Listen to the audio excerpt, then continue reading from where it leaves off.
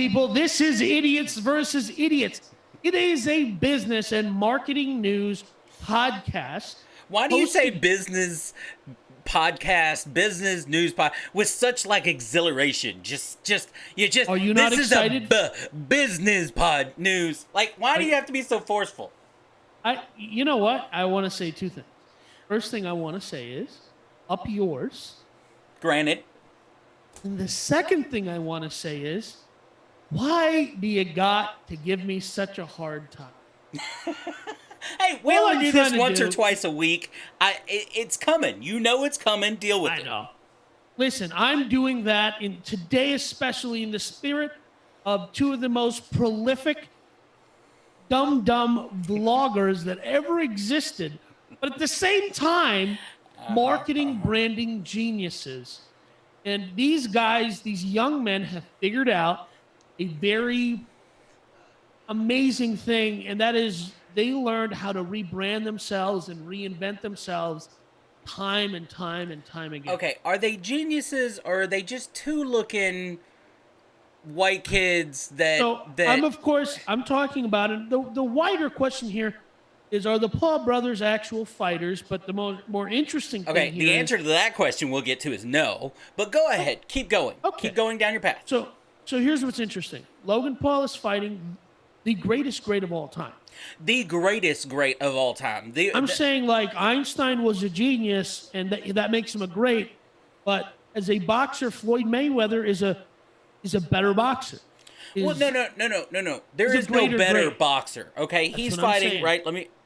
Logan Paul, right? He's fighting Logan Paul. Correct. Danny gets on to me because I get Logan and Jake Paul mixed up all the time. Like the rest of the entire media. They look very similar, and because they're brothers. They are brothers, and they're both, I think they're, Whitey McWhitebread boys. And they look. My point though is no, Floyd Mayweather is a boxer, probably the greatest boxer of all time. Logan Paul, Jake Paul, these are not boxers. These are kids with boxing gloves. Now, will they at some point in the future? Who knows? I mean, God only knows. Here's what I do know. Floyd Mayweather currently has the most money made for pay-per-view in history between Floyd Mayweather and Pacquiao in 2015, and we're talking $678 million in pay-per-view. What he wants is another record. That's the only reason McGregor wasn't a bigger fight than Pacquiao? Was not. Pacquiao, Mayweather brings in that money, right? So here's the thing. Go ahead. Logan Paul, say whatever you want about him, and this kid, and I'll say this much, if I was to sit him down and give him advice, when that 2018 Japanese forest, I'm not going to use the other word, video happened, and that was a drama thing, the biggest mistake he made was he ran away from the problem, and he said, I'm not going to vlog for a while. And then he apologized. Don't do either of those two things. Okay, well, I'm not with you on the not apologizing. Look, he's not the first dumb kid that did a dumb thing, but did it in front of a massive audience, so it's a much bigger deal than if somebody else did it, right? You're not wrong, but let's get to the fighting part of it. Here's why I think they are legitimate fighters.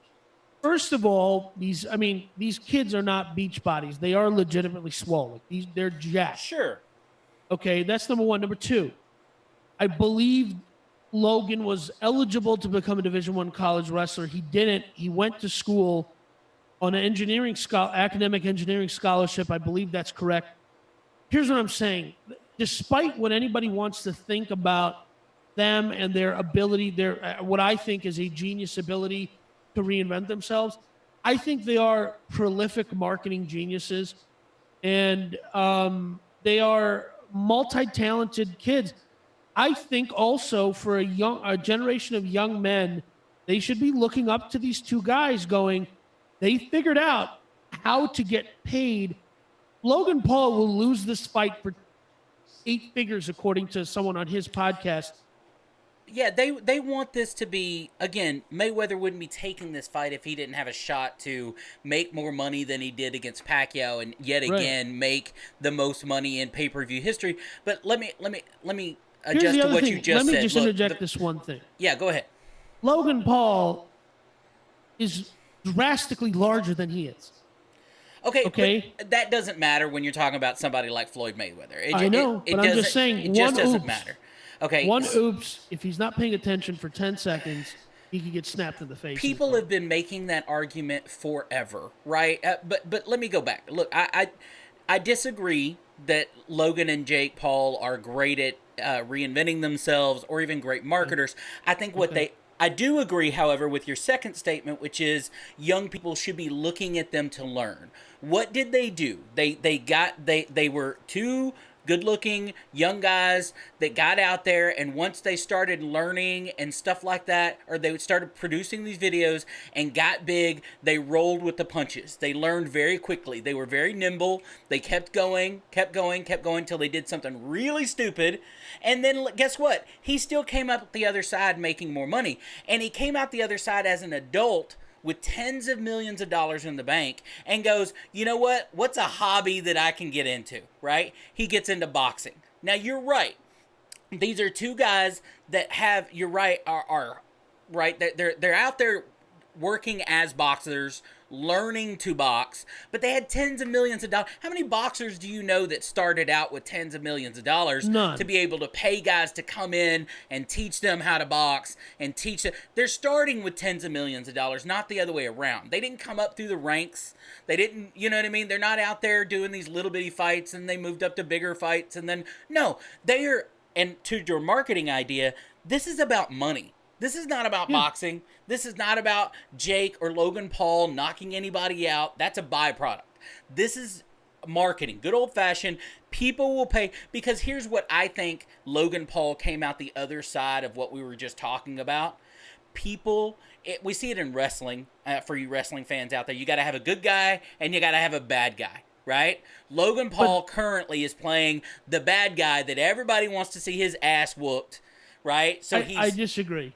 I think that's Jake Paul. Jake Paul is the villain, and he stepped into that role. He's calling everybody out. Dude called out the soon-to-be former president and soon-to-be current president. I mean, but to his credit, here's what I will say is he figured out, all right, if I'm going to be the villain, and his villainization is partially just he rode his brother's coattails into being a villain. He doubled down on it. I think that's smart as all daylight. I'm sorry. Sure. I think that is smart as all get. No, listen, I think it's a really good exercise in understanding that if you don't have to have that one thing that you do forever. You can build one thing. Because, they started out on Vine and the app disappeared. And there are a lot of people who built entire careers. And I will say, I think they fell, ass backwards into a career on the internet selling a knick-knack or being a reply guy to someone who's now banned off of Twitter or what have you. And when that inciting incident for them gets taken away, they don't know how to survive. Well, but don't you see that, or in my opinion, Jake is still riding Logan Paul's coattails. Boxing, I don't think so. Again, you know what I mean? Whatever. Look, but he's become a better boxer. Logan Paul is gonna fight Floyd Mayweather. They're gonna get paid. Mayweather's gonna just pummel the guy. And then, but Jake Paul is currently calling out MMA fighters and this other kind of stuff, and nobody's paying attention to him. He's trying to get a fight with McGregor, right? Again, I don't payday. think McGregor's gonna happen. It might. It depends on how much money they throw at McGregor because. Guy's seeing he's having some trouble back in Ireland with his various. He's already shown he'll do things for a paycheck. Hence his fight with Floyd Mayweather, right? That's the whole point of this: is get paid, bro. Let me say this though, he did get Ben Askren did accept a fight, but they never there's no formal. There's never been a formal announcement if they will fight. But I just think what I'm trying to drive at is. I don't think we shouldn't give them too much credit. We shouldn't give the Paul brothers too much credit, but we got to give them some credit. They are legitimately training to fight.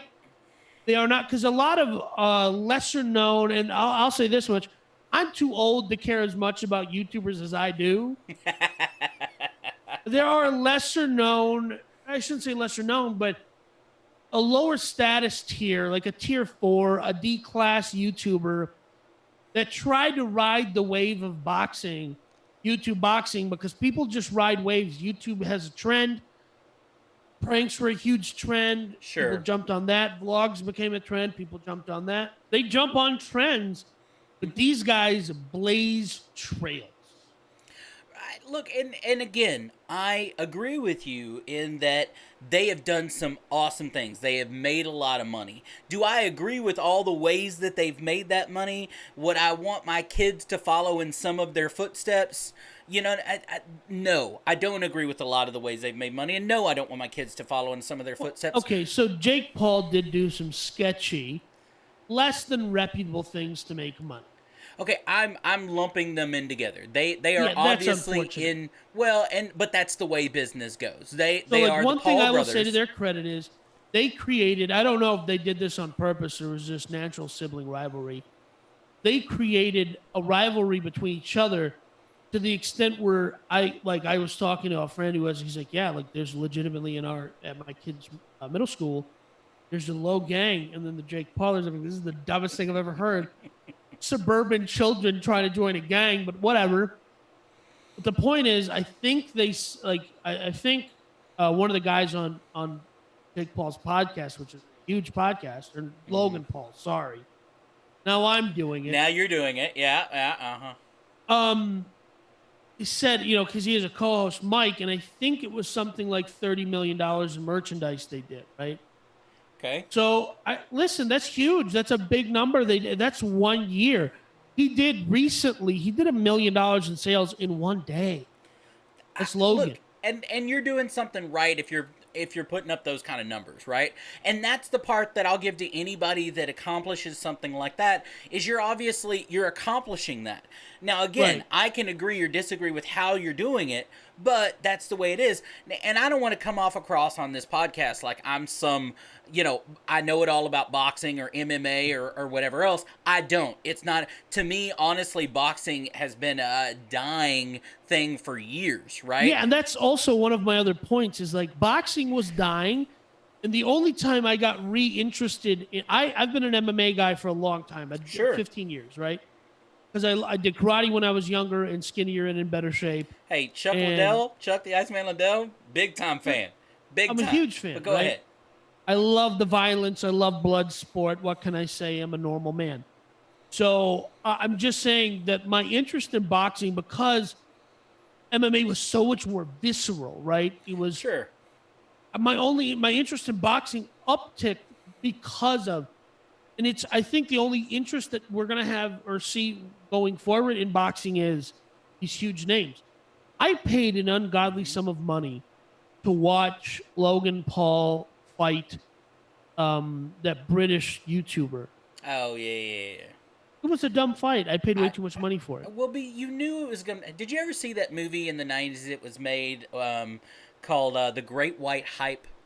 It had one of the Wayans brothers, the bald Okay. Wayans brother, all- and then another actor of the time, and it was essentially a glaring thing of racial tensions. You had this, the Damon Wayans, right, played the black boxer that was beating the crap out of everybody. He was the king, and then they're like, look, people aren't paying money to see him beat up other people all the time, so let's just find the one guy that beat him one time in the minor, right? Yeah. In his first fight or something like that. He was a rocker guy, hasn't, boxed since. Yeah. And they called him the Great White Hype. They gave him the Irish, he was an Irish flag, right? And all this kind of stuff. And they pitted, right, this angle of he's the only person that ever did. And through this one guy training or whatever, Damon Wayans gets his big belly or whatever, so he ends up ends up getting the championship. And he's got this huge belly on, his tiny frame. Right? And goes to box this guy and just ends up knocking him out. But that's my point. Boxing has become, now it's always been a spectacle, right? But it was a sport at one point. I don't know that boxing majorly is still a sport that is respected like it was once. I think it's become a show Like, and I agree with you that these are what's gonna these pay-per-views. You're not paying premium money for pay-per-view off of whoever's names the Yeah, top five boxers are that are 20 something years old right now in the world. You're gonna right. pay to see Floyd Mayweather at And 43 years Logan. old. By the way, I told you I was gonna show this graphic for you just because you say he is bigger than Floyd Mayweather, 43 years old. Logan Paul, 25. And Yeah. this is what people want to see. Now, 30 years ago, nobody would have wanted to see this fight. The boxing purists, nobody would. Wait a minute. You're talking about a guy that has. Logan Paul wouldn't have been born 30 years ago. So. Well, but that's my. I'm just saying in boxing in general. Yeah, right? I know what you mean. As far as what I'm giving you was, a hard time. Yes. Are you in familiar 70s with and 80s. humor? Dude, Floyd 50 wins, Yeah. 0 losses. Okay, Right. this is not a match that in 10 years ago, 15 years ago, Anybody 20 years ago cares about. would have ever happened on the face of the planet and nobody would have watched it. But in today's world of marketing and boxing become a show, it will probably be the largest pay-per-view event in history. So you're correct, and I'll end this story on this one note. My issue is people are not, maybe they're not legitimate boxers yet, but they are absolutely legitimate athletes. Do we know that either? Again, I think so. They look the part. I'm not disputing that, okay? I mean, but what has either one of these kids, they're kids, what have either one of these kids done? Now, if I was... Jake Paul knocked out that ball player. I forget his name. I don't get, again, ball player, not a boxer, not a fighter, not a whatever. Here's the point. The point I'm making is show me anything that either one of them have done on any sport field, football field, soccer field, basketball court, wrestling arena. You know, what have either one of them done that would allow you to say anybody playing in the NFL is a good athlete? Even if they're on the bench, they're a good athlete. Right. They made it to the NFL. Right. You see what I'm saying? What have either one of these two guys done that you could say they're a good athlete? Logan Paul was an All-American wrestler in high school. Oh, well, so is a billion other people. Okay, Nah, not in Ohio, dude. Ohio's a very competitive. I know nothing about Ohio high school wrestling. Neither do I, but I just know that. And then Logan was trained for the KSI fight by Shannon Briggs, which is not a joke of a boxer. No, again, they're getting the best training because they are millionaires when they started. I agree with you. And guess what? Almost most people can become good at something if you can afford the best people to teach you. Yeah, because they're going to teach you how to be a decent boxer, right? So I mean, I guess who was it? I was going to say I forget if the actor who like just got yoked for some role. He was a Pakistani guy. I forget if it's up head. He's a comedian, and he. He's gonna play in the new MCU, the new Marvel Cinematic Universe. He's got a role, and he got yoked. He's played on set. And he Stuber. He played in Stuber with the guy from Drex. Yeah. What else did he play in? He's got a lot of auxiliary, like you said, comedy roles. And what's interesting is he said, like the only reason he's maintained his size, and this has now become a controversy because they're like, you're just unattainable. He's like, yeah, it's unattainable because I have the largest studio in the world paid for me to get the best trainers, the best dietitians. A chef to make his meals every day, you know what I mean? Exactly. All day, every day. To do nothing but work out and train all day, every day. That's why he was his job. Anyways, do you want to finally get off of this story and talk about something else? Well, people probably find this interesting, other than the fact that two things: I have zero respect for the Paul brothers as athletes, and respect for them as marketers. Is that? I mean, is that pretty clear, right? Okay. How about I'll hit up Logan. I have his phone number. And y'all can just foot race down the street, and we'll see who's a better athlete. There is no foot race, okay? You might be able to outrun me, but you can't outrun the chair I throw at you. That's just not possible. Okay. So, who's turning it into wrestling now? So, in a very interesting turn of events here, and there's a personal aspect to me as well. I'm somebody who's highly concerned about the use of big corporate apps that are dragging my data, scraping my data. after putting out a terms of service update, Facebook owned WhatsApp, saw a drastic decline in users and apps like Telegram. I think Telegram had 25 million downloads. And so did Signal. And here's what's interesting. There was a no-name, I think it was a pink sheet stock with where the company had one employee. It didn't sell anything. It had no sales. Yeah. Signal Authority or Authorized, something like yeah, that. like so. Yeah. So a pink sheet, no name, just because it had SNGL as the stock ticker name. and I think it saw a $50 million increase in market cap because people were buying the stock. Not, and the people who bought it and lost money. Let me just tell you something. You deserve it. Well, yeah, of course. Look, in their not defense, but you should really, anything you do with your money, you should make sure you know what you're doing. But Yeah. look, we've talked about this before, how influencers, and when I mean influencers, we're talking about Elon Musk in this situation.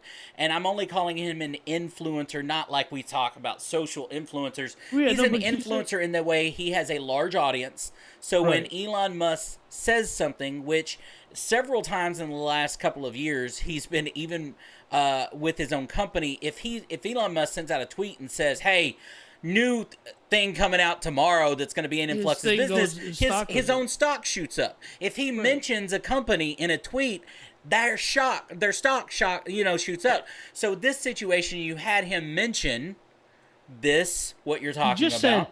He just said use Signal, which is what I use. So it was created by a nonprofit company, not a publicly traded company. People went out and they found Signal, right, and then thought that it was that they were investing in the right thing. But I'm going to correct you something you said in the very first part of this. When WhatsApp changed its terms and conditions, it did not see a huge dip in usage. It's actually still leading both of these other platforms. What you did see is a lot of people downloading Signal and these other apps instead. So it didn't WhatsApp didn't see a dip in provider. You know what I mean? They didn't see a dip in usage, but there is ancillary data from people who have already said, like, because like WhatsApp is a ubiquitous chat app, right? Right. So there's a lot of people who are like, it's going to take a minute for them to. Well, look, most terms and condition changes and privacy changes and stuff, and we should clarify the what they updated their privacy terms to be is we all know that Facebook acquired WhatsApp. You and I talked several episodes ago about how we thought ultimately Facebook was going to aggregate this data from different platforms that it had purchased, and that's exactly what the privacy terms change was they're rolling your data up to Facebook, right? That's what changed. And go ahead. What's interesting too is they came out with a blog post like saying, we're just talking about when you're talking to corporations. And then someone went through the terms of service and said, no, it also means like your terms also are saying even our chats between normal people. So here's how it impacts me personally. My extended, very loving, fantastic extended family has a WhatsApp group. Okay. Now, I don't want to participate because I really don't care. The volume to which I don't care cannot be measured on any human scale. And awesome. I just, on principle, don't use WhatsApp. I use Signal. I chat with a lot of my friends over Signal. A lot of us have replaced our normal texting with Signal.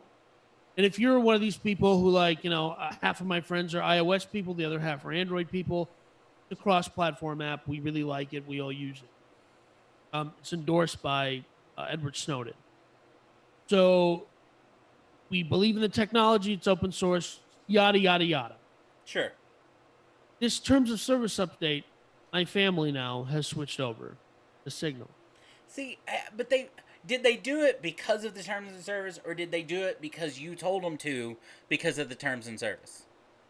Would I tell them to join the app that I'm using when the whole point of me not using their app is that I don't have to participate in their dumb dialogues? The whole point is I don't have to participate. Well, but no, my point is would your family have known that A, there was a policy change, And B, would they have changed had you not been there to say, hey, there was a policy change and here how it affects you? I didn't bring it up to anybody. I think it was basically like one of my uncles is recently retired and now he's paying attention to the news. It popped up somewhere, and enough people, enough of his other friends are like, "Hey, we're going to use Signal, and then we're closing this one group." So I Yeah. think it was one of those things where enough people, because I was on the Signal train a long time ago. I also use Mark Cuban's app Dust. I prefer Dust actually See, now look, over again, Signal. I'm a dinosaur. I'm Generation X. I'm a generation before you. I have a hard time with the specifics of all of these different types of chatting apps Yeah. because everything that you do on these platforms, with the exception of each one has its little niches. We talked about creating groups and stuff like that can't be done with Google messages, texts, good old Yeah, fashioned and text messages, right? I well, can okay. create a Can I group. tell you some of the differences? Well, and we can absolutely go through those. But my point is if I don't need those differences, right? Yeah, Like that unique feature, I don't need that app. Right, I have right. something that can already do it, that's where we now have a marketplace of hundreds of apps that do the same thing, but might do one thing better. Right? Right. We're going to talk about that a little bit later in our next in one of our stories later on in this episode. But you have these, and look, competition is good, right? Competition drives the market. If you can get that niche, that thing that actually makes something better, I've yet to find an app that does anything for my needs much better than Google Messages, than a regular chat app. Yeah. So, I mean, Google Messages you're specifically talking about. It's actually just a Android to Android enriched messaging thing. And here's the difference: if I'm chatting with someone on my phone who has iOS, who has an iPhone, Sure. um, and we try to send each other a video, it's going to shrink that video and it's going to come out across pixelated and garbage. Absolutely. And for people who are concerned about, and you should, there's nothing wrong with or paranoid about being concerned with the government seeing your conversations, Okay. because we know. That saying there's nothing wrong with it is a strong term. Should you be aware of things that you are doing? Well, However, we also live in 2021 where nothing that you do, whether it's on WhatsApp, whatever. whether it's on Signal, nothing is 100% private. It does not exist in Yeah, and 2021. you're not wrong. Okay. And I don't disagree with you. And the argument has been made to me like they already know everything about you. Yeah, I know, but why would I make it easy? No, Like and I agree with that. I, I'm the kind of guy, if the alphabet boys roll up and they're trying to sequester me, legitimate or not, I'm going to give them heck, man. I'm going to give them hell. I'm not going to let them, even if it's legitimate. Okay. I'm going down. So I'm just saying they could just be like, you didn't pay taxes. Like, I don't believe in them. It's stealing. Taxation is theft. Get out of my house.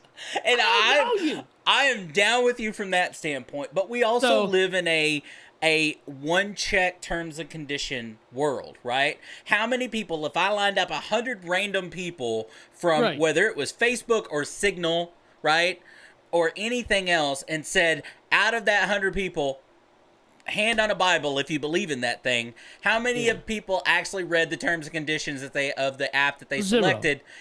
It would be zero. It would be 1% Yeah. of 1%. I am one of those crazy people. Okay? Okay.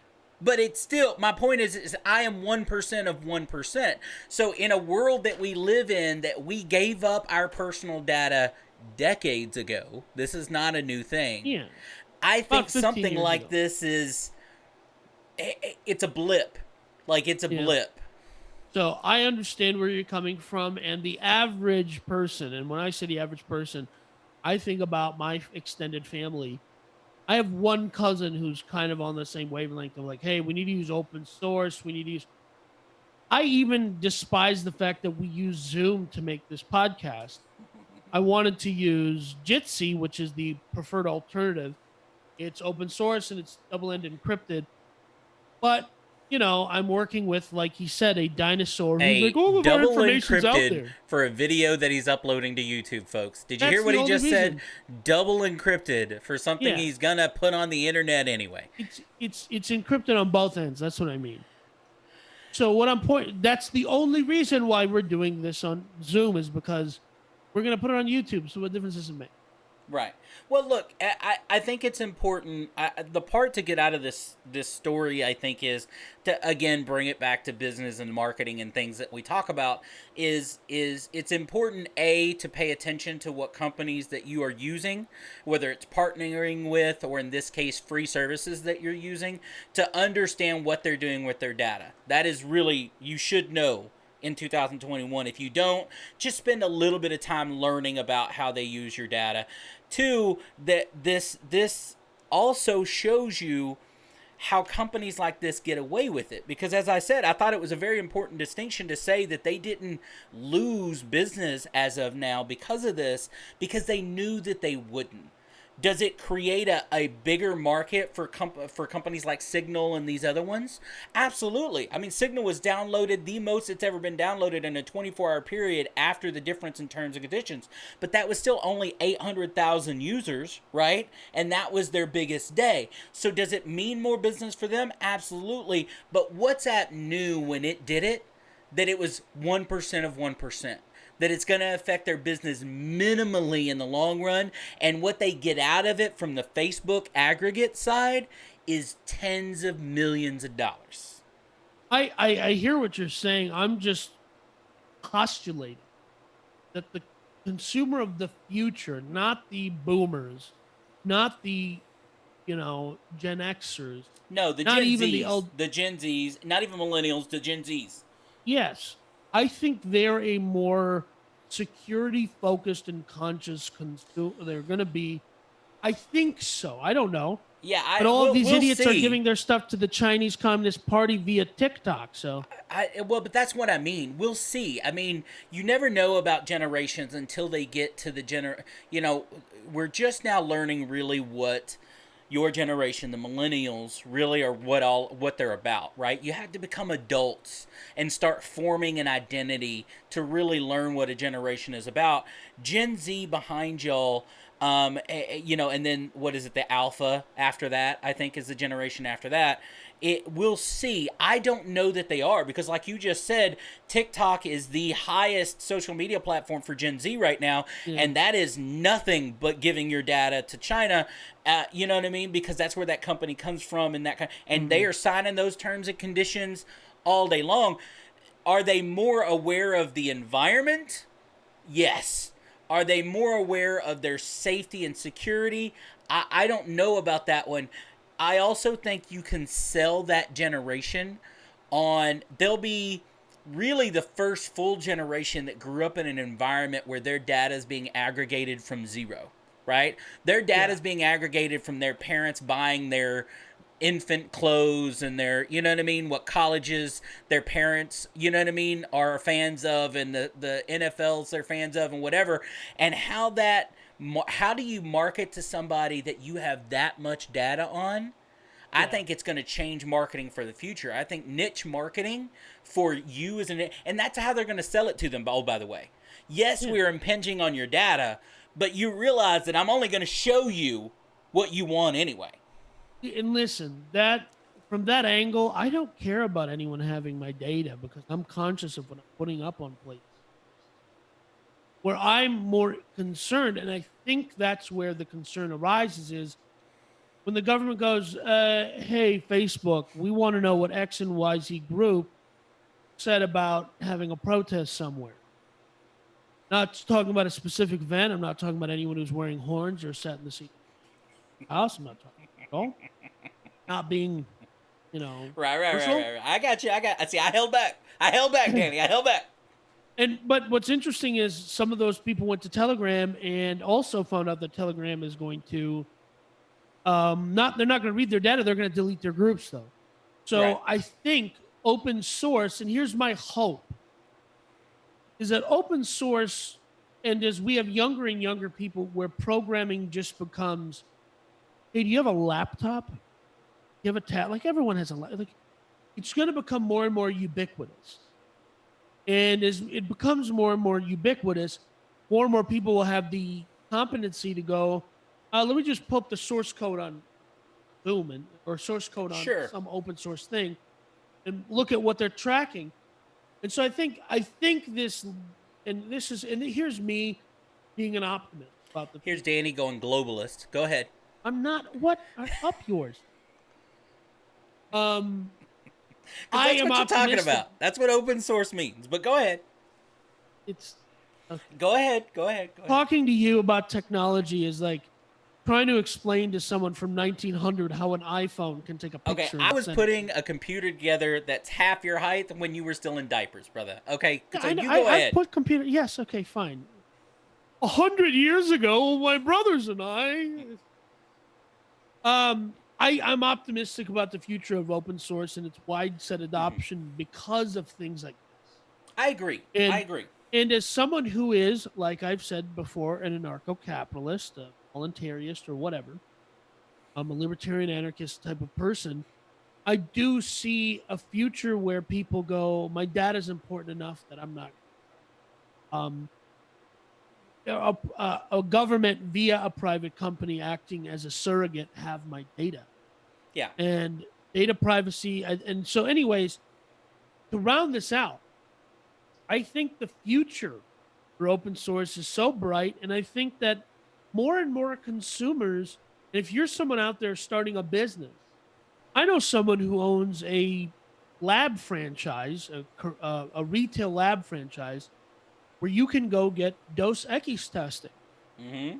And he was talking to me about, because at some point in time, my doctor thought I had the Dos Equis.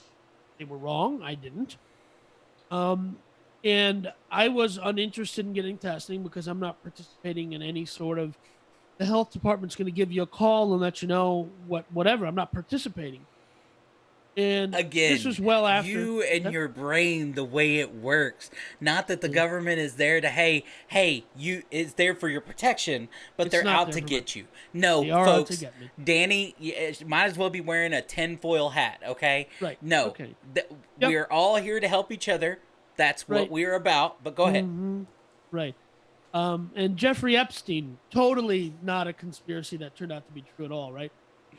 Anyways, the point is, he said, well, we fit into a set of guidelines where we don't have back reporting. I'm like, okay, so the way you pitch your service is we provide private Dos Equis testing. And he's like, it's legal because we fit into whatever, guideline. Yeah. And because people are paying, so there's free tests that whatever government or whomever is issuing or a company is issuing.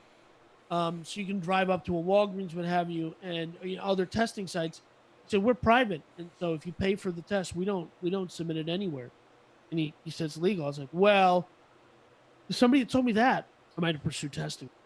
And I think that's interesting. And if you're a business owner, I find it interesting that you would allow anything to stand between you and healthier living or whatever. The fact that, look, I don't care. If I can Okay. get on the Can I list tell you for why, though? a Can I tell Dos you Equis something? vaccine and Yeah. they want my blood culture snot test, what my junk looks like, I don't care. Put me on the list. All right. They already have all the information anyway. So the fact that you would let anything stop you from doing what is best for you and your family, insane to me. In this particular scenario, all the doctor told me was, if it comes back positive, there's nothing we can do. Just lock yourself in your room. Okay. There's no point. Just lock yourself in your apartment. I was like, all right, well, I can do that already. And He's it turned doing out, that already, folks. right. But I'm anyway, just go saying, ahead. I'm saying that it turned out that my appendix had popped, and because I couldn't Yeah. get a physical exam anywhere, none of this is the point. The No. point is, do you think, big man, that college is obsolete? Well, you know what? That is our next story. And colleges, here's what I'll say about colleges. I have 3 boys, 13, 12, and 12. So college is obviously My wife and I have had several conversations about college and stuff like that, and I've felt this way since I grew up in the generation partially before college was for everyone, and then while college was for everyone, right? You know what I mean? So I have a unique perspective from that. And I would think from 2021 going forward, I think anybody that is graduating, well, really in the last couple of years moving forward, I think as a parent and as a person, if you're listening to this and you're that 18, 19 thinking about college, or even 30 or 35 thinking about college, educate yourself to what that means for you and the cost of that, and weigh it towards your goals. Because we got out of this in the 90s when everybody should go to college and student loans, and we all know the student loan debts and yada yada. We got into this that everyone should go to college, and the prices of college have increased hundreds of times over in that same time period. And the dollar amount you get saddled with for your degree and what that degree holds for you as far as income, everybody needs to weigh that equation. Should doctors still go to the college? Absolutely. Should lawyers still go to college? Absolutely. We're not talking about that. We're talking about, should you go get a bachelor's degree in Sanskrit, a 10,000-year-old dead language, right? Just to say that you have a bachelor's degree. I think the myth of bachelor's degrees just open more doors to you is a thing of the past. You know, Elon Musk came out this week and said he doesn't even care if you have a high school diploma to work in his factories, to work on some of his artificial intelligence stuff. He wants you to have X, Y, and Z skills, and if you have X, Y, and Z skills, come work for me. Yeah, and he is one of, and he's the precipice for us talking about this, but he is one of several entrepreneurs, several huge companies, Google being one of them. Google now issues a certificate in their own program. I think the program is $300 or $500 in that ballpark. Mm-hmm. I think it's 6 months, and they find that to be equivalent to a bachelor's degree. Now, here's me. I'm a pretty anti-university guy because, you know, university and education are part of the leftist cabal known as the cathedral. And, you know, I'm not going to dive into how the government inflated a system while at the same time encouraging young people to go take out debt. You know, that some of these kids, you know, some of these people are my age, will probably never be able to pay off some of this debt. And the incoming president was part and parcel of making sure they can't file for bankruptcy. Now, if you're creative and you believe in yourself, you can reorganize your debt onto various credit cards, file for bankruptcy that way. But that might be immoral, and you probably shouldn't do that. Yeah, a scam is what that would be. But look, yes, you are right. Now, the argument to the opposite side of that, and I hear people making this argument, is that I have a friend of mine. She is a lawyer. She didn't know when she started college that she was going to be a lawyer ultimately. Wait, do I know this lawyer? What's that? Do I know this lawyer? No, you don't. But the point is she ended up spending more than a decade in school to ultimately find her calling, which was end up going to law school or whatever. So she ended up getting a normal law degree from a prestigious law school here in Texas, by the way, but $200,000. Yeah. Plus in student loan debt because she went to school for so long before she even got there. Now, the argument is every year when she signed up for student aid and signed up for those student loans, she is an adult. She knew what she was ultimately doing. She knew ultimately what her balance was going to be, right? At the end of the day, whatever. So the argument on the other side is, yes, they are saddled. There's an entire generation saddled with student loan debt, right? Did they get into that student loan debt with open eyes? They are adults. Now, again, I'm not even saying I agree with that because I think you're right. It is holding, especially millennials, it's holding them back from moving forward, of buying houses, buying cars, moving out from their parents' houses, being financially dependent, especially when you combine that with wages have definitely lowered for paying jobs, even with certain degrees and stuff like that. But that is a net effect of when when the college degree made you unique to employers, you got more money. But there's that scene in Incredibles, the original one, where the villain goes, "Well, if everybody's an incredible, nobody's an incredible. If That's right. everybody's a super, nobody's a super." So the more people who got degrees and the more universities, and we saw this influx of like schemy, scammy universities opening up. Hmm. And because if there's a market there, people will go there and participate in providing the service. And when you said about law school, I have a couple lawyers in my family, and they'll tell you unless you're going to an elite law school that has at least a half dozen firms that recruit directly from the law school, and if you're not going on a scholarship, don't bother. If you're paying out of pocket, don't bother going. Well, but again, that changes over time. That's the thing about jobs, right? At one point, lawyers Yeah. were in high demand, and their pay went up, and it made that. That's why I say you have to weigh what that gives you, that degree gives you, and basically during this same time frame, they also created degrees that have Yeah. nothing to do with nothing, right? Because it wasn't about getting you ready for a job or the workforce. It was about tuition, 160 hours of tuition, Yeah, and give and you a degree. And I have my own issues with that. I don't believe there should be college degrees that don't prepare you for the workforce. If you're going to, and that colleges are going to charge you tens of thousands, if not hundreds of thousands of dollars to go to college, they should prepare you for a job. and I think there is a divide in the basic principle of what is university for. Now, if you tell me university is to go have an experience, it goes there. You're going there to just learn how to learn, blah blah blah, learn. That's one thing. And then I'm saying, yeah, but you don't got to pay that much money. You and your buddies can go to whatever city and rent a house. And it turned into the culture of it turned into something different. And I think, and listen, I am all about, I'm a self learner.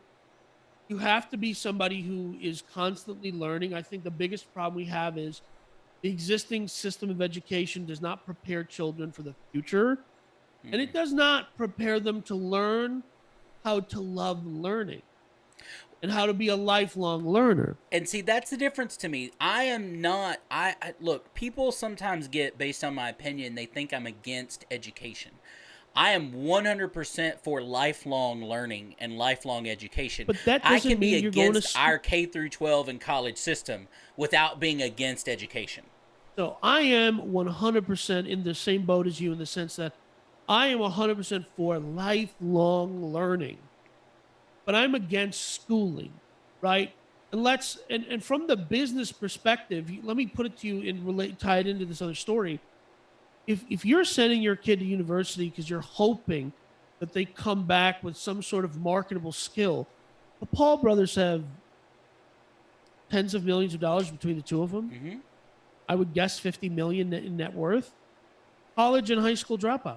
Okay. Right. And we are seeing as the internet grows that freedom to earn a living. I know so many people making, they're not making millions. They might be making 70, 80, $90,000 a year with a micro business where they have a Hmm. VA in the Philippines, A side in hustle or Bangladesh, whatever. whatever. I know guys who, they went from working at Starbucks, put together a side hustle while they were working at Starbucks, and they picked Starbucks because Starbucks offered the best healthcare for part-time employees. And they built a business cleaning windows, doing something. So the thing is, if you have a kid, and I was one of these kids, and my parents later started to understand me better as a young man and as an adult, were like, okay, shoving everyone into the university system is not an effective, it worked for a brief period of time. There was about 10 years in the early, like from, I would say 85 to 95. That's my belief. Hmm. I'm just pulling that out of my bottom. This is idiots versus idiots. If you're expecting, accurate data and statistics, you've come Go to the somewhere wrong else. place. Yeah. I would say between that decade, if you went to university, it paid off for you. It absolutely did. Right? Okay, well, but that, again, you combine with it was much cheaper back then, Uh-huh. and then it was much more difficult to get into the school back then. Yes. Okay. Way harder. And so everybody wasn't going. And then thirdly, you realize this whole pretend of bachelor's degrees open up doors for you is a good old boys club. You realize that that's created by other people's with bachelor's and master's degrees, right? Yeah. It's not created in reality. That person that puts on a job application that was really popular, like you said, 1985, all the way into the 2005, 2010, right? Where, okay, if you don't have a bachelor's degree, you're automatically eliminated from a job. That was created by an entire generation of people that thought if you had a bachelor's degree, you were better, more intelligent, you were more well-rounded, right. You were more whatever, and it was a lie. It was promulgated by a good old boys club where you're either in the club and you have a degree or you don't. And the reality of it, if you never agreed with that, then you if you've ever asked for a bachelor's degree that had nothing to do with the job, you're full of crap. Yeah. You see what I'm saying? My brother-in-law has a marine fisheries degree, okay? He doesn't work in anything relevant to fish. Okay. So if you accepted his marine fisheries degree just to give him an interview, you're full of crap that you think you need a bachelor's degree for the job. Yeah, and so and you're not incorrect in the sense that there was, and definitely I felt this when I went to school. It was more the chicks I was talking to. They thought that this made them into something. I was like, nah, you're still just a dumb chick from, Edina, Minnesota, whose parents are paying too much money for her to go to St. Thomas. Why you got to be a dumb chick? No, you're a dumb person, not a dumb chick. Okay, but okay. Yes. Well, Bella knows who she is, and I know she watches this podcast. So I agree with what you're saying. The bachelor's degree in whatever random stuff, right? Does not make you, And I think, look, there's also this thought process out there that college kind of took up this space between people being adults, non-adults, 18-year-olds that aren't quite adults, and then college kind of gives you that 4, 5, 6 year gap between to you not quite being an adult and learning to be an adult. But here's what I think, and I have a niece, lovely young lady. When she was in high school, I was like, you don't have to go to college, and her grandfather's my uncle. Was like, yeah, of course you don't have to do that. It's not a big deal. You don't have to go to college to succeed. This is America. If you don't make money, you're a douchebag. And she's like, no. People without college degrees, they flip burgers. That's what they do. And so in their high school, they're pushing the message you have to go to college. Now, the teacher has no benefit if this girl goes to college or not. It's a lie. It is a lie. Again, promulgated. It's a lie. There are millionaires after millionaires after millionaires after millionaires that have no college degree. Some of them that have no... The guy that started the largest for-profit college university didn't graduate high school. Good for him. Okay? The largest for-profit college that was ever created in history no longer exists, by the way, because for-profit colleges or whatever. But for-profit college did not graduate high school. He just saw that college was a business opportunity. You see what I'm saying here? So it's a lie. Now, does it apply to being a doctor? No, of course. Whatever. And here's the thing. I'm saying this is my belief, 10 or 15% of our population that will greatly benefit from going to university. The rest of our population will greatly benefit, a large portion of them, by getting getting a cybersecurity certificate, we'll link in the description to the Google program. They will benefit from getting these certifications.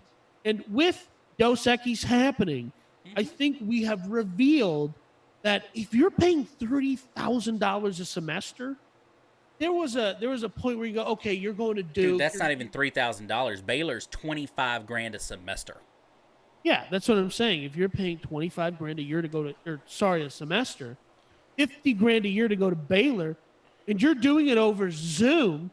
What? Because again, they've been told that that's what they do. Learn how to learn. Make your life about learning things that are interesting to you.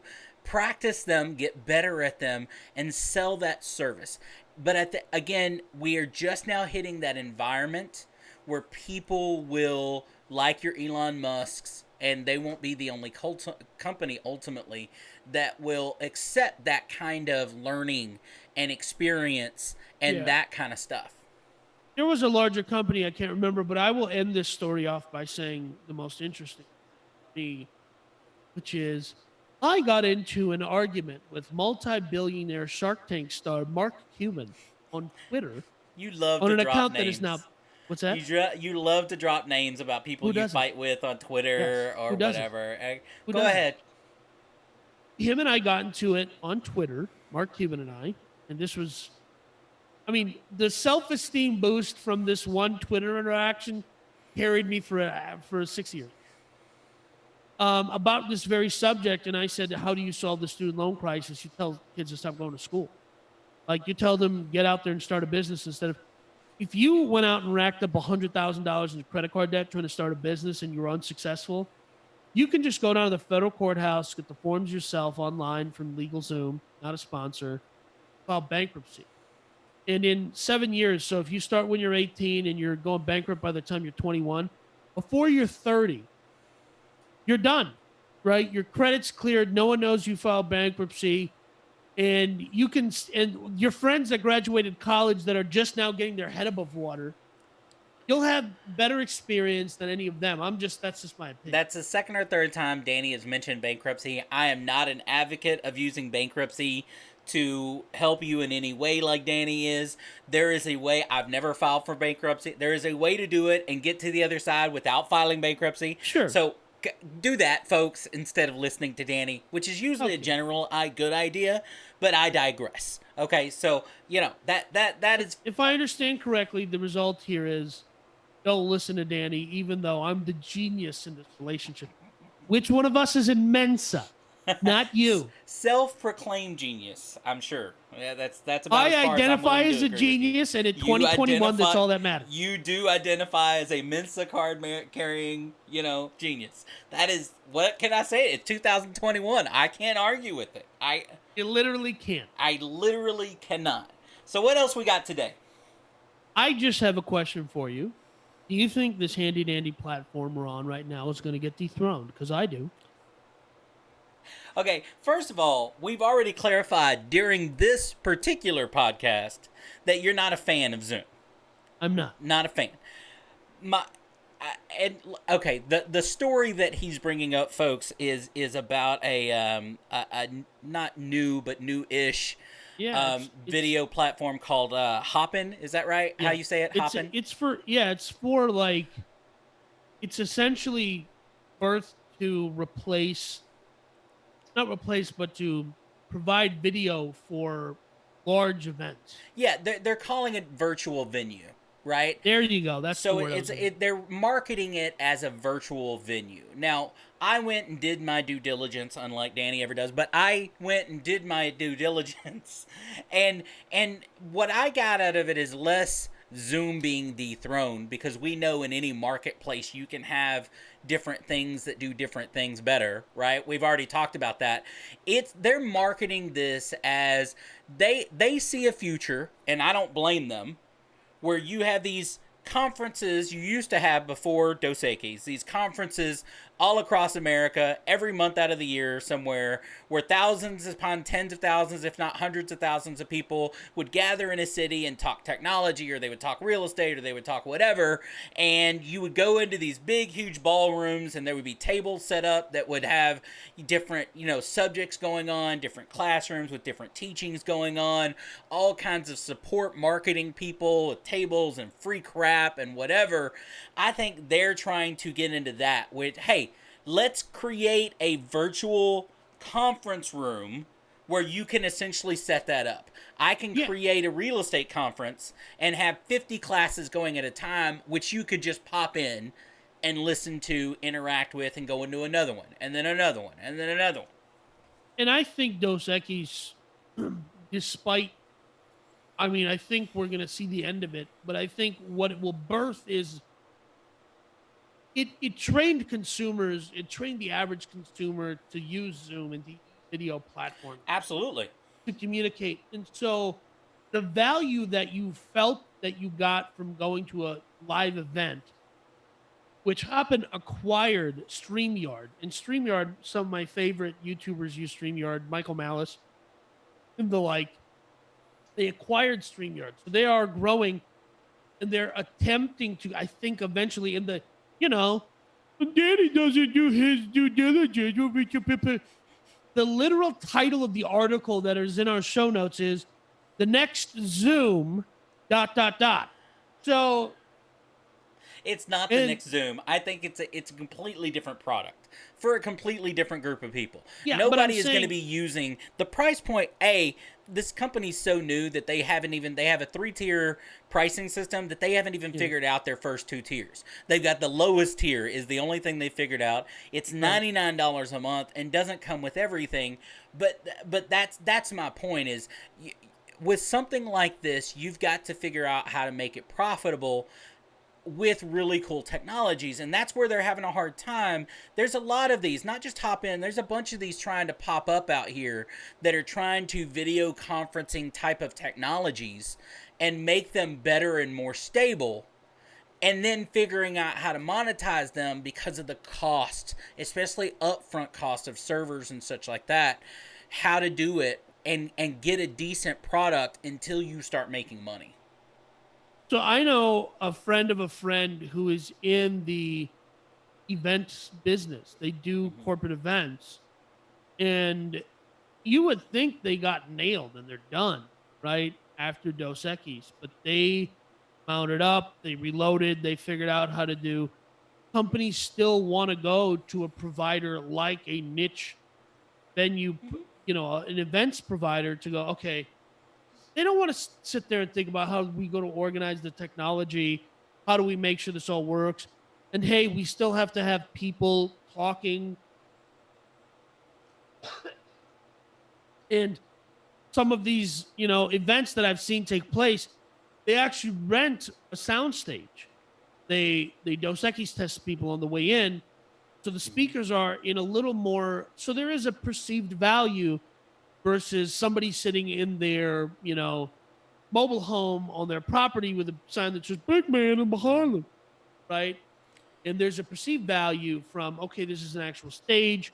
I feel like I'm there. You can chat, and so I think that services like Hopin and now with their acquisition of StreamYard, hey, we're a podcast that's done entirely online right Right. now.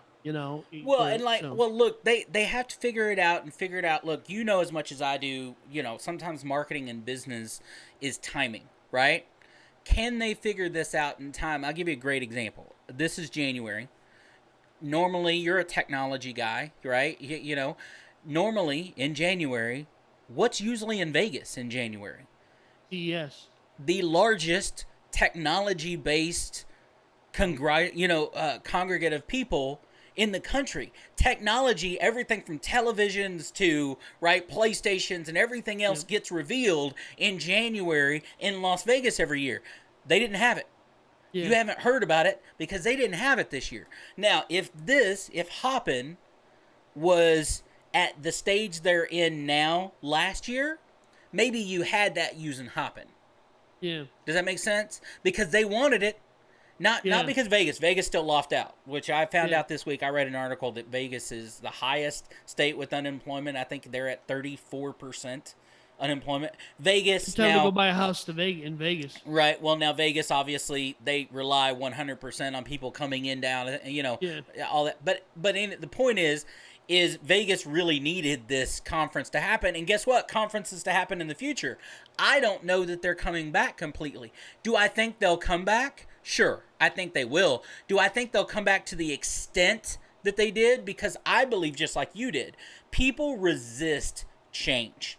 Those conventions have existed for decades. 50, 60, 70 years, right? Those big conferences. And I think that technology has been there for a while to create these more online, more cost-effective conferences, but people have resisted, right? And let me tell you this, man. The only big conferences like that I've been to are for network marketing industry, direct sales industry.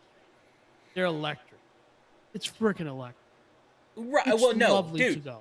I've been to real Such a estate good time. conferences, owners conferences, right? I've been to several owners conferences for the two different companies I own pieces of, and we have to have meetings and stuff. Hey, shut up! It works. Okay, you're I know. just jealous. That's all it is.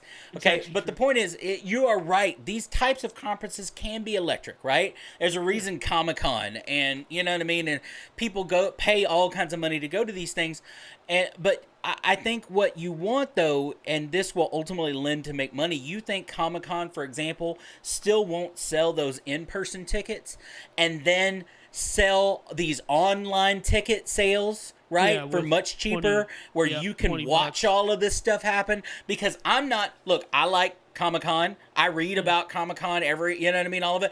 My point though is I'm not paying to go to Comic-Con. I'm not going to Comic-Con, right, or whatever.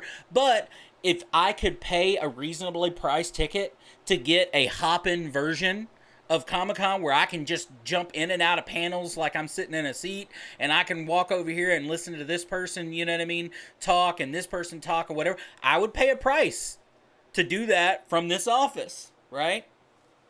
Every episode we do, I learn something new about you that makes me regret our business relationship. And one of them is said, Hey, I've taken to the boys to the Greater Austin Comic Con the last several okay, years. All right, oh, good for you. This isn't, by the way, some small insignificant company. Hopin is valued now at 2.1 billion okay. dollars. We've talked about Valuations are valuations. what? They don't have a product right now. Well, Okay, now, and let me just circle back to, if you're the, entrepreneur and you have a special sauce, you can go start and do a virtual event. So much you can go, and here's what I believe I see happen. I could see a situation where someone goes and grows an event. Because events are a business. You can make money from them. 100%. If you're a podcaster, if you're a whatever it is you are, you can go start an event. There's companies out there that will help you. But what I think is, like, listen, Hannah Monjao, Mongoose, whatever that chick's name is, the YouTuber, went in, like, because she got booted from VidCon. So she started her own competing conference, her own competing thing. It Sure. was a disaster. She didn't know what she was doing. And they brought in a company to help, and that company didn't know what they were doing. It was a huge, TanaCon was a huge disaster. Now, Hannah Mongoose go say, I'm doing an online virtual event, right? And it could be huge. Mm-hmm. Because young children, young kids who are her fans, who, again, I'm scared for the future generation when Hannah Mongoose is people's idol, but, parents, I blame the parents. She can go and start a virtual event with all of the same characters she had showing up to her event. The scale of would be so much easier, right? Sure. And one of the podcasts you have started listening to that I'm a huge fan of is Your Mom's House. Yeah. And their network started doing live events, live, because they love showing these horrifying clips that I can't even watch. Like, I have a strong tolerance for things, Right. but some of Right. the stuff they show is like, I love the violence part of it where they're showing people getting hurt. That's fun. The rest of it I can't watch. So I've never watched Yeah. one of their live events. But the point is, they have they are also they charge $10. Well, and by charging for them, you have now paid to be here. I can do pretty much anything I want, right? The And they don't have any normal of the terms of service does no longer applies, right? and this is a funny story about them. A company went to them and said, "Would you guys like to do a live?" And they showed them. They said, "Yeah, I know you think you could do it, but let me show you the videos we're going to play." It got through their general counsel. Everybody saw it. Everybody signed off on it. The CEO saw the video after it happened, ipso facto, and said, "Yeah, you're coming off of our platform." So, um, what I am saying to the smaller entrepreneur that does have 1,000, a 1,500, 2,000 person audience that would love to do a conference, hey, go do 2, 3, 4 years of online and then offer the in person, right? Because the further Absolutely. away we get from Dos Equis, because listen, after that one thing happened in 2001. It took us 2-3 years to feel normal about being in large public spaces, right? I'm still suspicious of suspicious people when I'm in these large spaces. I'm looking at everybody. Look, this should be part of the game plan for anybody that creates content, whether it's educational content, whether it's our kind of content, whatever it may be. And let me tell you something, you're going to see Danny and I on a panel someday. You're going to see Danny and I do a conference someday, both virtually and in person one day, right? You're going to, look, this should be part of a business plan for, again, I've wrote a book in the past. I traveled around the country and did, you know what I mean, conferences. Yeah. It should be a part, if you're putting out content of almost any nature, conferences, virtually or otherwise, should be part of your business plan, right? It's because it is that way for you, just yet another way for you to market your content, get close, and guess what? Get up close and personal with your audience, even if it's virtually, right? Get to know your audience, which you should be always getting to know, trying to get them to like you. I know they'll never like Danny, but you know what I mean? We try to get him on board, but you know, that kind of thing. Go ahead, Danny. That is a hateful and racist. Why has it got to be racist? That Because they don't like you? Just because they don't like you does not make them racist, Danny. I know, but it makes them normal. That's okay. But the point is, it's 2021. I've got the power now. Okay, so I'm going to use the race card. I'm flicking that race card like that guy from the X-Men movie. But I forget the character's name now. Did you just attempt to make a comic book reference without knowing what the hell you were talking about? Yeah. That is atrocious, my friend. Atrocious. Yeah. I don't care. But what I'm getting at is, hey, listen, I'll give you a free tip right now. Get people signed up for your online conference, charge them $60, put together a little gift box. Okay? Give them, like, if they showed up to the conference, they're going to get a badge. I collect all of the badges from every conference I've Yep. Give them a workbook, something physical. Yeah. You pair that physical with the virtual. Yeah. And I think you have a real product mix there. I think people would be super interested in what you do. So our first virtual conference, paid conference that we do, you're saying we're sending out goodie bags afterwards. We're mailing goodie bags out to everybody. Is that what you just agreed to? No, not after, before. So while they're at the conference, like we're going to send everybody a 6XL Idiots versus Idiots shirt. So the majority of the conference just looks like a child that you're required to get shirt. into on camera, right? Like you can't get in. We're not admitting you into the conference without it. I like it. Yeah, now, you just agreed to do something, you know. And the reason I bring this up is my church did this where they said, hey, we're going to have, you know, they do in-person, socially distance, all that other stuff, Christmas services. They said, hey, we usually like you to invite your friends and family, but we know that that's not possible, you know, for Christmas 2020. They put together a virtual kit with a snack cake and a couple other just knickknacks and doodads or whatever. Nice. But it made you feel, when I didn't take one because I was like, I'm not inviting anybody and I don't want to take whatever. But what I'm saying is it made, when I looked at the kid, I was like, now this is marketing genius that I, as an entrepreneur, will absolutely steal. And they, as a church, can't do nothing about. That's right. Well, it's only happened with birthday parties for, you know, kids' birthday parties for a decade now. What I'm saying is if you have an event starting on, you know, the 3rd, you want these boxes to get there on the 2nd. No, absolutely. I agree with you. It's a classy thing to do. And again, usually those swag bags, as they called them, right, are also filled with marketing material from you, right, with your logo and your whatever. So and from the companies that will be sponsoring our event. Look absolutely. At me, I just Gary V'd something. Just setting that expectation, right? I said it earlier with us being on panels, you know. So, yeah, like, we're just making it happen. That's all it is. So, I think that brings us to the conclusion of today's podcast, right? And this is Danny signing off for Idiots versus Idiots, reminding you that the best way to encrypt your data and keep it safe is to never send or receive any messages. You are such an idiot. See you next time, folks.